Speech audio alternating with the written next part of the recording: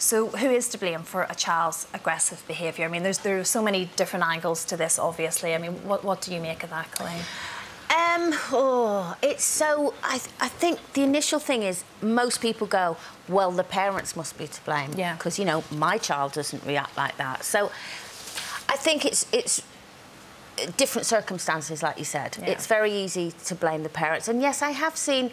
You know, I have friends who... with smaller children, and all they do is shout all day.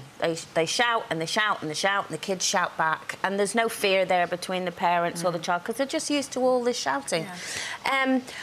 You know, when my boys were younger, so we're talking, you know, a good 20-odd years ago, because they're like 28, 24, and it was in the day when smacking wasn't a legal offence.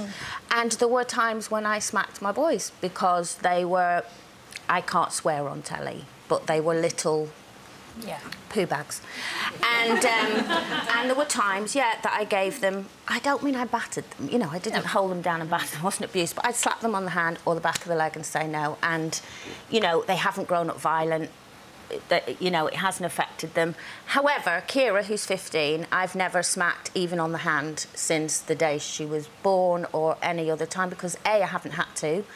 The boys will be at home going, oh, Kira's a little angel. But I haven't had to. I've never... Kira's always responded to a look or a tone of voice when she was little, you know, whereas the boys were just wilder, you know, when they were nearer their age, they were always fighting and all of that.